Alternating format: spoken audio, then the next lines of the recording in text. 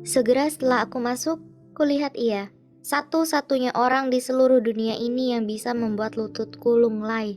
Ia menoleh ke arahku dan berkata, "Kamu kembali. Dengan adanya dirimu di hidupku, akhirnya aku mengerti arti cinta. Apakah kamu bersedia berada di sisiku dan menerima cintaku?" Saat aku melewati pintu, Mama menungguku. Ada hari-hari di mana, jika aku beruntung, ia sudah terlelap sebelum aku tiba di rumah. Tapi tidak hari ini. Aku sudah merasa kesal, dan saat ia melihatku, ia mengetahuinya. "Singkirkan tampang menggerutu itu dari wajahmu. Saat aku seusiamu, aku menghidupi diriku sendiri. Tapi lihat dirimu." Tuan putri egois ini berpikir ia bisa kesana kemari dan bersedih.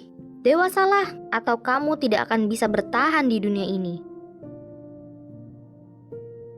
Itu adalah rutinitas biasanya.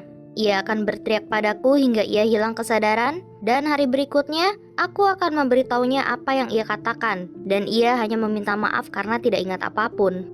Ia tidak pernah ingat. Mama sudah seperti ini sejak aku masih kecil.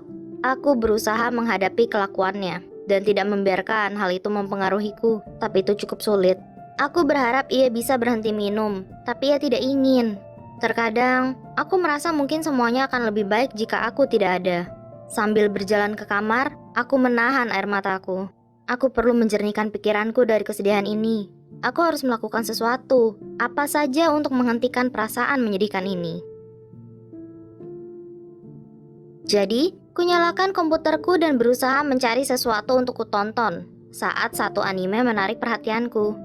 Aku tidak pernah menonton anime sebelumnya, tapi sesuatu tentang yang satu ini membuatku ingin menonton. Anime itu bercerita tentang kumpulan tentara yang dilatih untuk mengalahkan raksasa. Mereka juga memiliki peralatan yang keren yang terpasang di badan dan menembak kait pengait yang membantu mereka untuk berpindah ke tempat lebih tinggi dalam waktu singkat. Mereka juga memiliki pedang yang dapat membuka tengkuk raksasa, karena itu satu-satunya cara mengalahkan raksasa itu. Segera setelah ku tekan tombol mulai, aku terpana. Di pertengahan seri, karakter baru bernama Kapten Levi diperkenalkan. Ia adalah pimpinan para tentara di cerita, dan datang untuk menyelamatkan tokoh utama agar tidak dimakan para raksasa. Sang kapten berhasil mengalahkannya sebelum para raksasa bisa melawan, dan untuk beberapa alasan, aku tertarik dengan Levi.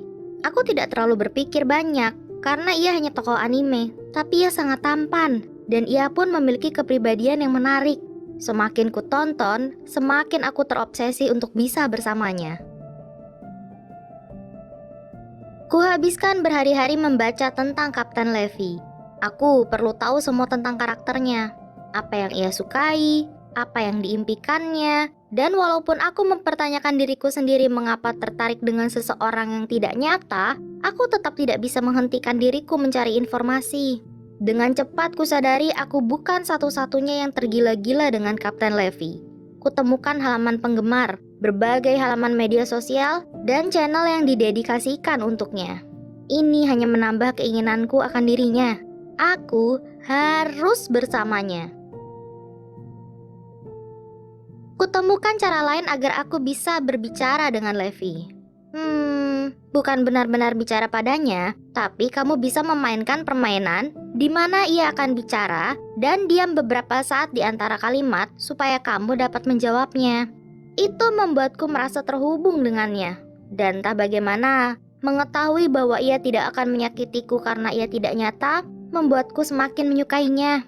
Berminggu-minggu berlalu, dan kuhabiskan semua waktuku untuk permainan ini karena dalam pikiranku, Kapten Levi adalah kekasihku dan satu-satunya orang yang bisa membuatku merasa dicintai dan didengar. Meskipun aku merasa malu karena jatuh cinta pada seseorang yang tidak nyata, aku bahagia. Aku menjadi riang di sekolah, dan kapanpun mama berteriak, aku tidak masalah, karena akhirnya aku menemukan seseorang yang peduli padaku. Hingga satu hari, temanku, Sally, datang untuk menginap. Kami tidak memiliki camilan atau makanan apapun untuk dimakan, jadi ku beritahu ia aku akan kembali dan pergi untuk membeli beberapa. Toko itu sangat dekat, jadi ku tinggalkan HP-ku di rumah tanpa memikirkan apapun. Tapi saat aku kembali ke rumah, ku sadari aku melakukan kesalahan terbesar dalam hidupku. Sally berdiri di sana dekat ranjang dengan HP-ku di tangannya. Jantungku copot dan aku tahu saat itu bahwa ia melihat semuanya. Aku tidak dapat menahan air mataku. Aku begitu kecewa dan malu akan diriku sendiri, hingga terpaksa membuat karakter online mencintaiku saat aku harusnya mencari bantuan. Setelah aku beritahu Sally semuanya, ia memelukku dan berkata, "Kenapa kamu melakukannya? Kamu tahu kamu memiliki banyak teman yang peduli dan sayang padamu. Kamu tidak butuh karakter online untuk membuatmu merasa disayang. Kamu memiliki teman di sekelilingmu. Kita akan mengatasinya bersama di dunia nyata." Setelah mendengar kalimat tersebut, aku menangis sejadinya. Aku sadar aku harus berpisah dengan Kapten Levi dan menghadapi kenyataan. Akhirnya aku beritahu Mama semuanya. Dan bukannya marah, beliau justru meminta maaf atas apa yang dilakukannya padaku dan berjanji ia akan menerima bantuan. Hidupku menjadi lebih baik. Aku mulai melupakan tentang karakter yang kusukai dan mengarahkan diri pada masa depanku. Sesuai janjinya, Mama menerima rehabilitasi dan kami akhirnya memiliki kesempatan untuk menjalin hubungan yang sempat terputus.